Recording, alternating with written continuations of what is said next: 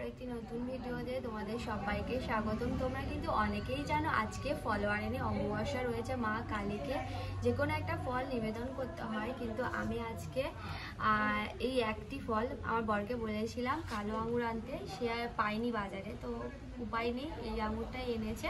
তো এই আঙুরটাকে আমি ভালো করে গেঁথে নেব মালার মতো করে।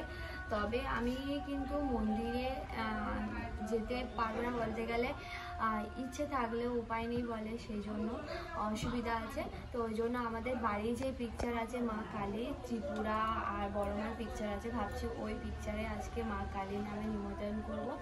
যে মনস্কামনা নিয়ে নিমন্ত্রণ করব, ভগবান যেন সেটাই পূরণ করে, এটুকুই। তো চলো আগে এটাকে গেঁথে নিই, তারপর নিবেদন করবো, তোমাদের সাথে শেয়ার করবো সেটা।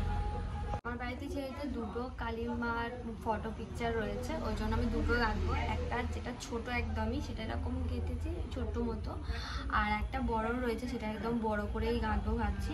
তো এই একটা গাঁথা হয়েছে, আর একটা বাকি রয়েছে, ওটা গেঁথে নেই ঝটপট। যে ফলটা দিয়ে মালা গাঁথছো বা মাকে নিবেদন করছো, সেই ফলটা কিন্তু 1 বছর খেতে নেই, এটা আমি শুনেছি।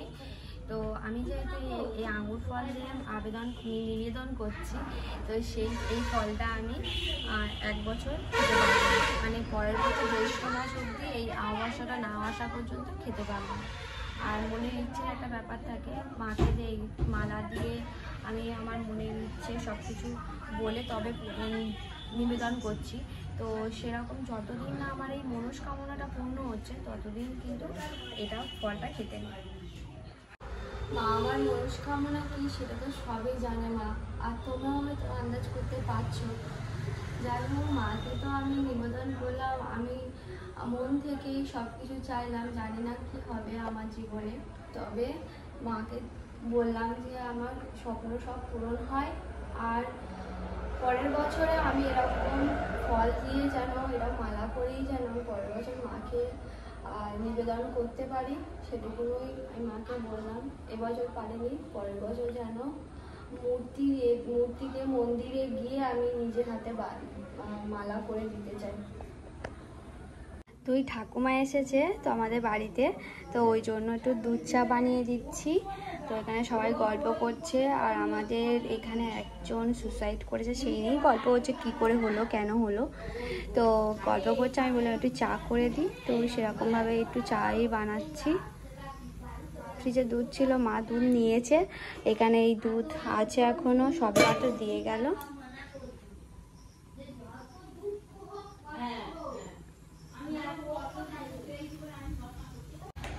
আজকে ভাবলাম একটু স্মুদি খাবো, কিন্তু সকালবেলায় সেই কারেন্ট চলে গেছে। ওই বললাম না বৃষ্টি হচ্ছে, তো সামান্য কি একটু আধটু বৃষ্টি হচ্ছে, আকাশ মেঘ করেছে, তো তারই মধ্যে সকালবেলা কারেন্টই চলে গেছে। ওই জন্য ভাবলাম দই চিড়ে খেয়ে নিই, দই চিড়ে খেজুর, তারপরে আমটা এত মিষ্টি বাবা এনে দিয়েছে, তো ভাবলাম আম দিয়েই খাই, খেতে ভালো লাগবে। আর এদিকে দুধও বসিয়ে দিয়েছি, আর বেলা হলো, আর কারেন্ট দিন থাকার জন্য রান্নাটাও করতে ইচ্ছা করছে না। দেখি কি করি। কারি পাতা এনেছিলাম, দেখো পোহা করবো বলে, কিন্তু সে আর করাই হলো না। ভাবলাম এটাই খেয়ে নিই, সব থেকে কম টাইমে সব কিছু হয়ে যাবে, অনেকটা ভালো, হেলদিও। আর তোমরা কারা কারা এরকম দই দিয়ে সব ফল দিয়ে মাখা খেতে ভালোবাসো জানো। বেদানাও দিয়েছি আমি। কালকে অমাবস্যা ছিল, আর আমি ফল নিবেদন করেছিলাম ঠাকুরকে, তো ওই জন্য ফ্রিজে মাছগুলোই ছিল, আর কালকে সারাদিন নিরামিষ খাওয়া হয়েছে, তো মাছগুলো বের করে নিয়েছি। আর আজকে ভাবছি সেই মাছের মাথা দিয়ে সেরকমই ভাবে ডাল করব, আর এই মাছগুলোর ঝাল করব। কারণ ওই মাছের মাথা দিয়ে ডাল আমার বর এবং ফুকু দুজনেই খেতে ভালোবাসে, বলে মাছের মাথা আছে এখানে, আবার ডাল কর, আমি খাবো, তো সেরকমভাবেই করবো। আর বাইরে প্রচণ্ড বৃষ্টি হচ্ছে আজকে, আর লাইনও চলে গেছে, পুরো রান্নাঘর অন্ধকার হয়ে রয়েছে, কীভাবে ভিডিও করবে সেটাও জানি না। বাইরে সেই সকাল থেকে বৃষ্টি হচ্ছে, এখন মনে হচ্ছে যেন সকাল 6টা বাজে, এরকম মেঘ করে রয়েছে, খুব জোরে কিন্তু বৃষ্টি হবে। আর ভাবছি একটু পরেই রান্না বান্না বসিয়ে দেবো। চলো, রান্না হয়ে গেছে, এবারে খাবো। এখানে তো মাছের মাথা দিয়ে ডাল হয়েছে, আর এই দেখো মাছের ঝাল, আর এদিকে পোস্ত দিয়ে আলু ভাজা।